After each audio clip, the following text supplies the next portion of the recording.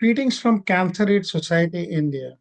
I'm Dr. Piyush Gupta, Secretary and Principal Executive Officer of Cancer Aid Society and National Secretary of National Association of Palliative Care for Ayush and Integrative Medicine.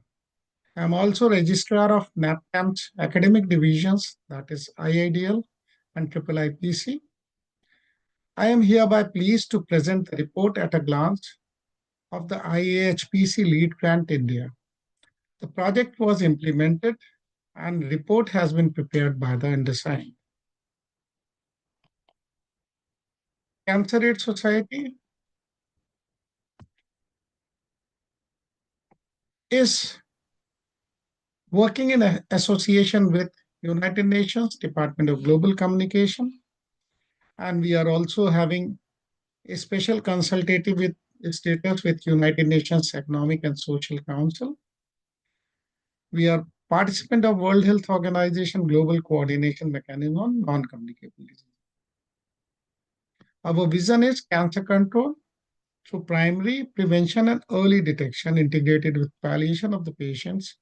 And our goals are to decrease the mortality by targeting two-thirds of all cancers through primary prevention and early detection, reduce the morbidity in remaining one-third by improving their quality of life through palliative care.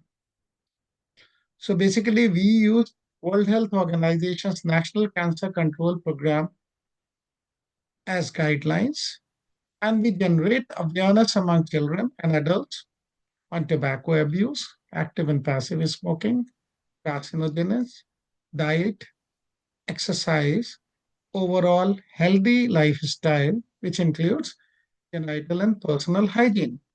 So since 1987, we are working across the country, having our head office at Lucknow and branches in Delhi, Mumbai, Calcutta, Chennai, Ahmedabad, Hyderabad, and Bangalore. So here you can see a glimpse of rally organized in furtherance of the LEAD project, which was National Program on Palliative Care Advocacy and Awareness. And this started with a rally at Lucknow. So basically, the LEAD project aimed to increase awareness and advocacy along with improving the skills of the caregivers by training and education across India through the network of Cancer Aid Society and National Association of Palliative Care for Ayush and Integrative Medicines. Integration of all the stakeholders, that is competent authorities, scientific community, civil society, and private sector to improve access to palliative care and availability of oral morphine. So basically, advocacy for the implementation of amended NDPS legislation in different states. It was very important in spite of the amendment of NDPS Act and framing of the rules in 2015, neither availability of oral morphine has improved, nor has the palliative care services improved across the country.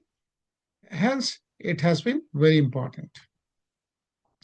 The workshops were conducted for the training on palliative care and use of oral morphine.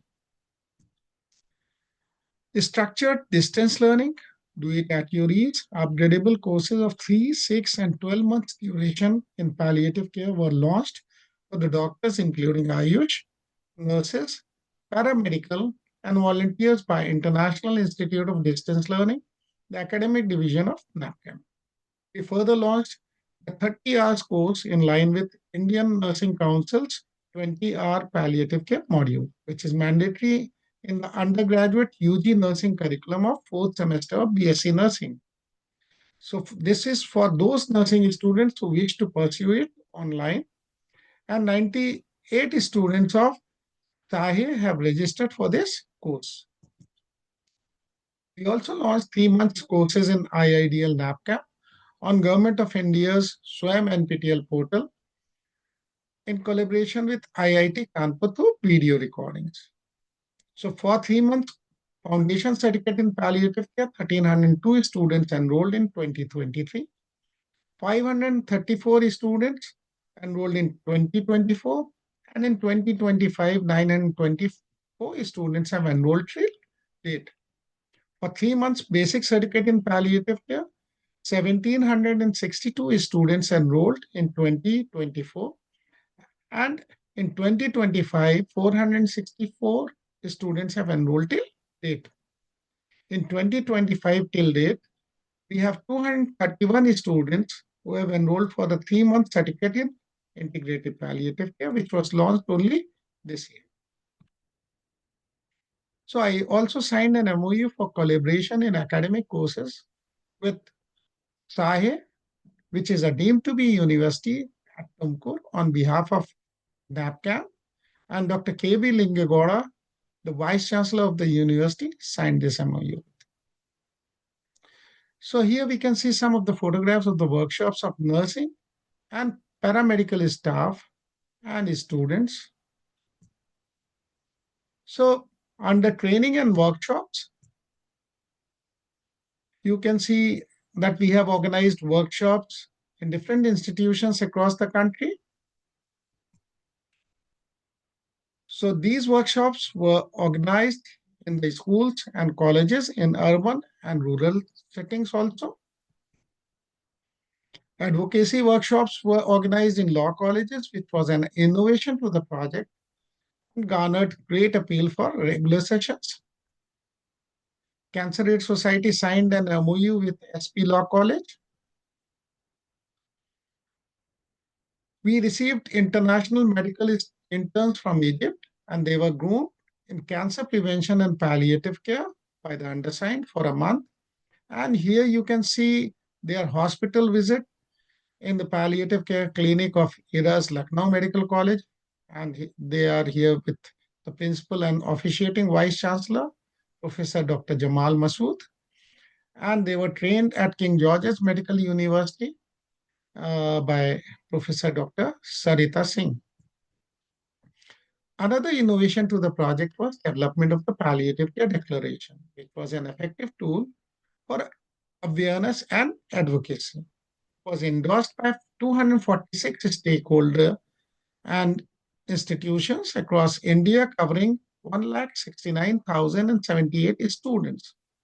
It was further used for advocacy with governors of all the states, requesting for messages and extending support on palliative care and availability of oral morphine. So palliative care declaration was endorsed and released by Her Excellency, Honorable Governor of Uttar Pradesh. We also received blessings in the form of message of His Excellency, the Honorable Governor of Haryana. Palliative care declaration was also endorsed by vice chancellors of different medical universities. We also received the motivational message from the founders of City Montessori School, the largest school of the world as per the Guinness Book of World Records. The State Bank of India donated a vehicle for raising awareness on cancer and palliative care in and around Lucknow. So what are the lessons learned for us? Involve the future advocates in a way that are relevant to their studies. Develop advocacy tools to serve as teaching aids for new stakeholders. Be persistent with the policymakers and influencers to obtain desired results. Have a plan B in the event of any unforeseen circumstances. So in my case, because of the central government elections, we had to reverse the order of secondary and primary objectives. So my heartfelt thanks to Honorable Governors of Uttar Pradesh and Haryana, the Vice Chancellors of Sahe Tumkur, Kahar Belagavi, KGMU, and ERA University, Lucknow, founders of City Montessori School, Lucknow, principals, staff, and students of participating institutions, my colleagues at Cancer Aid Society and National Association of Palliative Care for Ayush and Integrative Medicine, SWAM and PTL, staff at IIT Kanpur, CGM and GMs of State Bank of India, Lucknow, and IAHPC as a whole, and mentor Dr. Catherine Peters. So hereby, if you have any questions or queries, you can WhatsApp me at 933-51-666-00. Thank you and have a great day ahead.